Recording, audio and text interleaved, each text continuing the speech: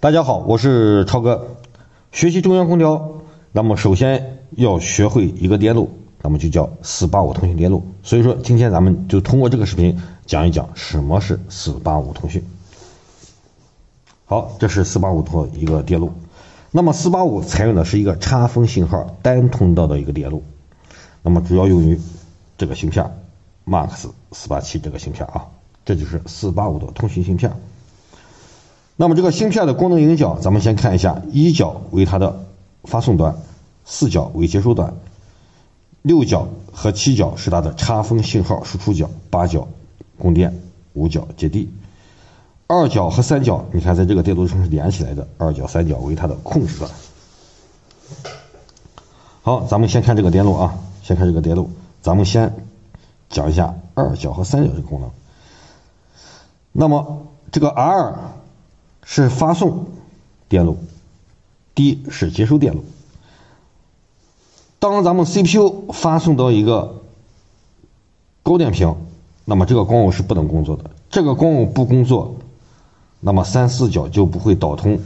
所以说这个2、3角会接收到一个低电平信号，所以说这个是低电平有效。当2角为低电平时，发送电路工作，也就是说这个电路工作。当 CPU 发送到一个低电平，那么3角就变成了高电平，那么下面的接收电路工作，所以说它是不可能同时工作的啊。通过这个高低电平去控制接收和发射，让它处于什么状态下。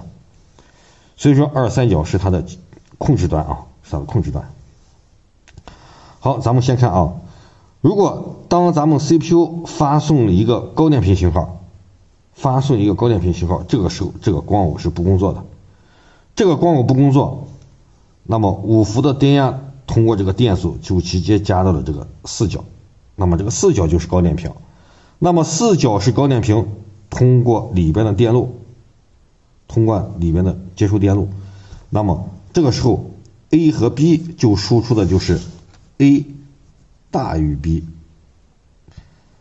约等于200毫伏以上啊 ，A 大于 B。当发送一个低电平信号，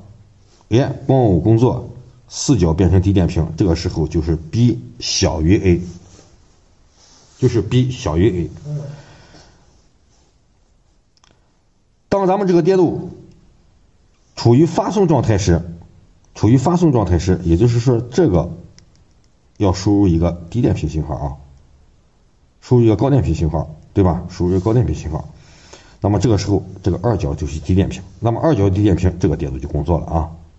这个电路就工作了。当 A 大于 B 时，1角输出高电平，这个光耦就不能工作，那么3、4角不能导通 ，CPU 接收了一个高电平信号。如果当 B 大于 A 时，那么1角输出低电平，光耦工作，同样 CPU 也接收到一个低电平信号，对吧？所以说这个电路采用的是什么？采用的是插封信号，就是 A 和 B 之间的电压进行对比，它将一个插封信号通过这个电路转换成一个高低电平信号，